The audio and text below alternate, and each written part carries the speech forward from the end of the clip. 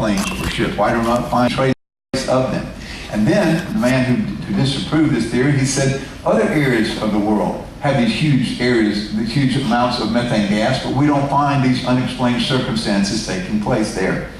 Is this the lost continent, the lost city of Atlantis, the Jules Verne stories, paranormals? Is it the doorway to another dimension, the parallel universe, some portal through which you walk and you don't come back? Well, these people have vanished in there. The first person to ever call it the Bermuda Triangle was a writer for Argosy magazine in the mid-1960s. He called it the Bermuda Triangle, and since then, we've had just dozens of circumstances and happenings take place down there that no one is able to explain.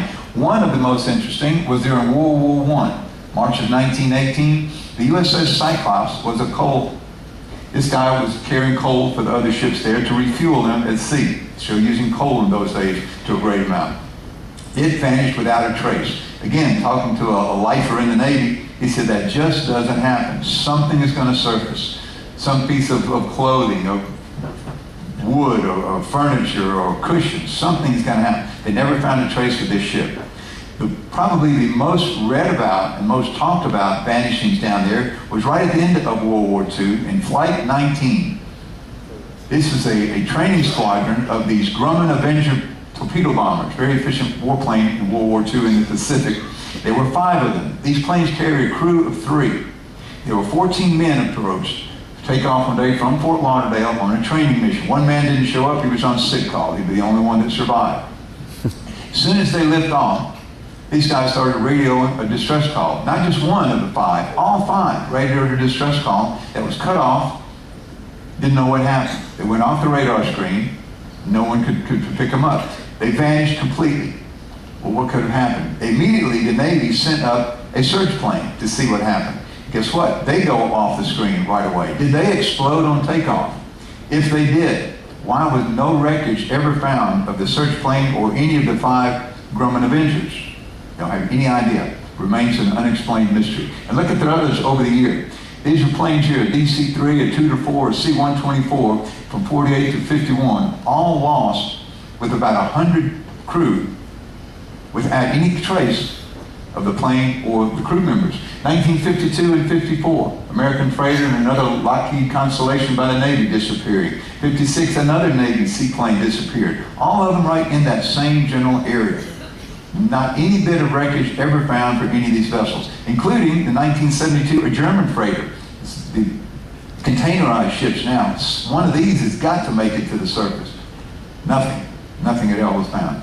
Oceanographers feel that this is one of 2 places on Earth where the magnetic compass is pointing to true north rather than true north and magnetic north. If the navigator doesn't compensate for these few degrees, then when you take off on your route of travel, you're going to either run out of fuel, not compensating for it, and ditch into the ocean. Okay, maybe that does happen, but then why do they not find any trace of any of these planes or the ships that vanished there?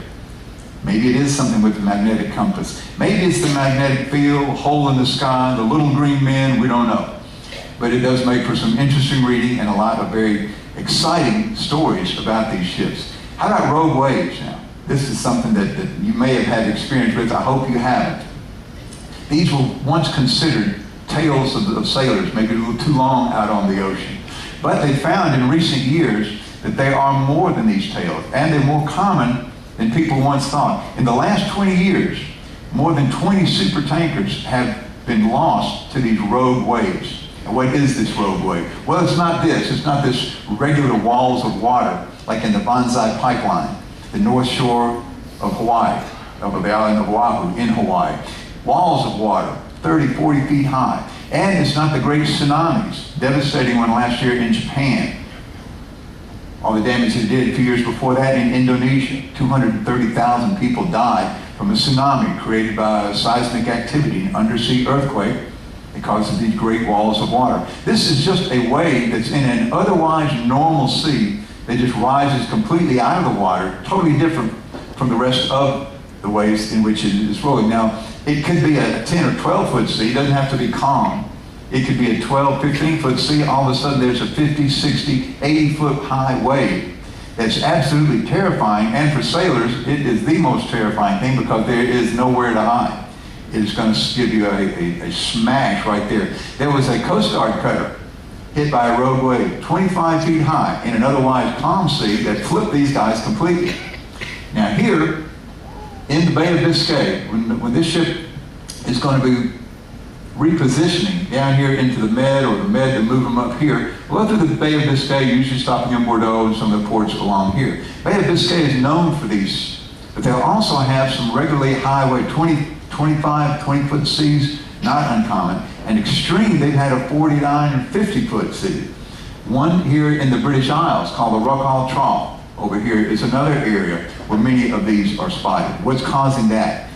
Well, they call it a hole in the ocean. They think it might be just a very, very deep spot in the ocean that might be causing these giant waves to appear. The highest one ever recorded was 120 feet high.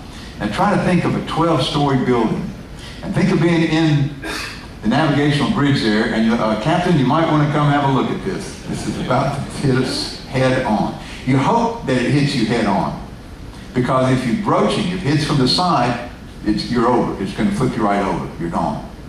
Look what it did with head on with this ship, the Wilstar. It just peeled back the bow just like it was cardboard.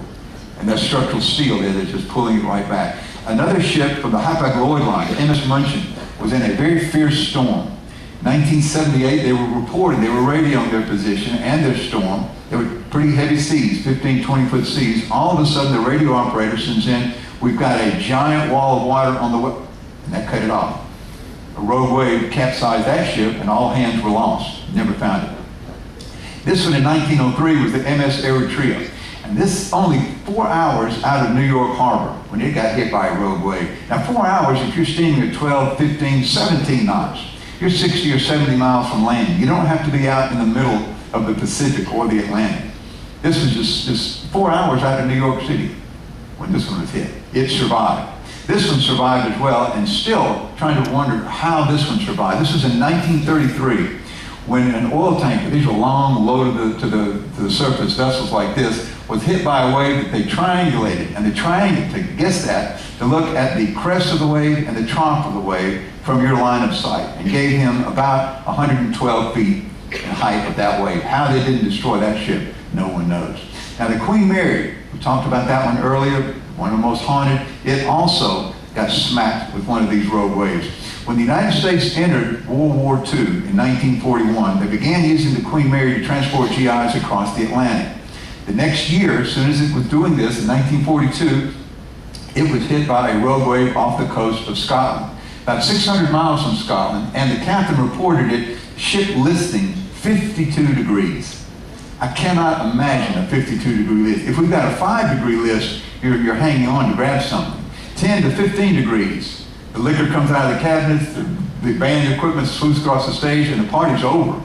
But 52 degrees, how that ship did not completely flip, no one knows, but it did right itself. And then there was one out here in the Pacific, and this is a very deep trench there. Mariana Trench is one of the deepest holes in the ocean, over 27,000 feet deep. Running from Singapore to Portland, Oregon, they hit a 72-foot rogue wave. You may have read just 17 years ago about the QE2. Normally they melt before they get this far south. This one did not, and the Titanic scraped the side of that iceberg. There's been a lot written about if they had just hit square ahead, straight on, it would have been damaging, but it would not have led to a total loss of the vessel. 2 o'clock in the morning of April 15th, the Titanic went down. That side, the superstructure, the unsinkable Titanic would sink. Of the 2,227 people on board, about a third of them survived. One of the survivors was Frank Lucky Toner. Well, he's one of 710. Okay, lucky, but maybe not miraculous. Can lightning strike twice? Well, guess what? His name, again, was on the crew manifest of the Empress of Ireland. In 1914, it was torpedoed by a German submarine, and this would be the largest passenger vessel to be lost during World War I. 1,477 people on board, 465 survived. Among the survivors was, guess who? Frank Lucky Toner.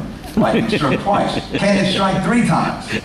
Well, look at Frank Lucky Toner. Again, his name appears on the crew manifest of another ill-fated vessel, the RMS Lusitania. They departed New York for Liverpool on May the 1st of 1915, and 6 days later, they would be torpedoed off the coast of Cove, C-O-V-H in the Gaelic is pronounced Cove, and it is the port for Cork in the southern part of Ireland. Sank in 18 minutes. Now there were 761 survivors. Guess who one of those 760? Exactly, Frank Lucky Toner. And the last one is another one that's been debated for years, with volumes having been written about this being an actual ship in the Royal Navy, and just as many volumes pointing to the fact that no, it didn't exist. Choose whichever you'd like to believe. Whatever happened, the keel was laid on a Friday. The crew was selected on a Friday. I don't know, I'm a little superstitious. I don't want to be sailing on this ship. Well, it was launched on a Friday under the command of guess who? Captain James Friday. On its maiden voyage, it is said that the HMS Friday vanished. Guess what day of the week it was? On a Friday. So you see this great ocean that you chose